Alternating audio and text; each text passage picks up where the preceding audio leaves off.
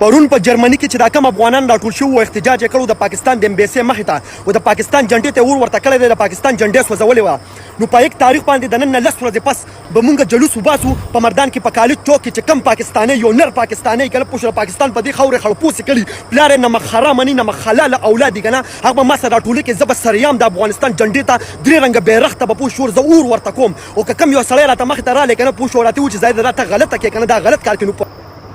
زه نه دا کس پیژنم د پاکستان چې دا څوک دی او نه د افغانستان هغه کس پیژنم چې په جرمني کې د پاکستان امبیسۍ مخې ته د پاکستان د جنډې سپکاوی کړی دی خو ټول نه اهمه خبره تاسو ته پته شته دی نن د افغانستان دغه کس راولګېدو د پاکستان د جنډې یا د بیرغ سپکاوی وکړو سبا به د پاکستان دا کس رالګي او دغه شان چل به د افغانستان د جنډې سره کوي بیا به د افغانۍ یو بل راپاسېږي هغه به د پاکستان د جنډې سره بیا دا چل کوي بیا به پاکستانۍ یو بل راپاسېږي هغه بیا دا چل کوي نو سوچ په خپله باندې وکړئ چې دا سلسله به تر کومه وخته پورې جاري او ساري دغه شانته کړي د افغانستان سپورټ ما په هر ځای کې کړی دی بیا هم کوم ځکه چې زموږ افغانان پښتانه رونه دي خو دلته کې زه یو تاسو ته خبره کوم په دې پاکستان کې زه هم اوسېږم په دې پاکستان باندې زه هم خفه کېږم دلته زم ژوند کومه لګیا یم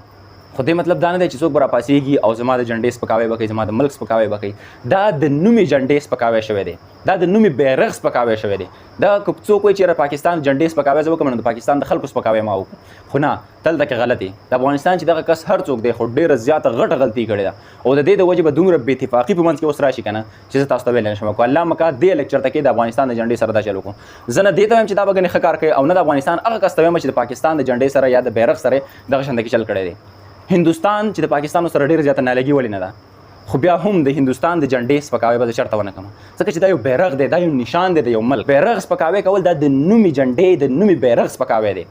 دا د هغه ملک سپکاوی نه دی دا د خپل ځان سپکاوی دی دا څوک چې دا سپکاوی کوي لګیا دی نو د انډیا د جنډې به هم زه چېرته داسې سپکاوی ونه کړم ځکه چې جنډه او بیرغ دا ډېر زیات یو معزز علامت دی نو دا ته په خپله باندې خپل سپکاوی کوي د هر یو عمل رد عمل خامخا هر سړی په خپله باندې دا سوچ کړي د دنیا چې کوم دی په مکافت عمل باندې قایم او دایم ده نن تا د یو سره وکړه او هغه شانته کې چل او هغه کار به سبا ستاسې کېږي نو ته چې کله د یو جنډې سپکاوی کوې سوچ دا کوه چې نن زه د دې سره دا چل کوم نو سبا ولې د بل کس زما د جنډې سپکاوی نشي کولی سوچ وکړه په خپله باندې نو چې کله ته د یو بل جنډې لاس وړې ته د بل چا عزت خرابوې که نه سبا به ستا عزت خامخا همغه شانته کې خرابېږي ګوره دا هم د پاکستان یو ناپوهه کس دی سبا به دا دغه شان چل کوي داسې د افغانستان دغه ناپوهه کس دی نو زموږ چې کوم پوهه خلک دي باشعوره خلک دي هغه راپاڅېږي دا پوهه کوي چېرې داسې چل مه کوه داسې چل تاله نه لاک اختلافات ګوره زما په خپله باندې پاکستان نه ډېرې زیاتې ګیلې دي ډېرې زیاتې شکوې دي خو زه په دې ملک کې په دې وطن کې پیدا شوی یم زما په خپله باندې په دې خاوره په دې وطن په دې ځای باندې حق دی زه د دې سپکاوی په خپله نشم برداشت کولی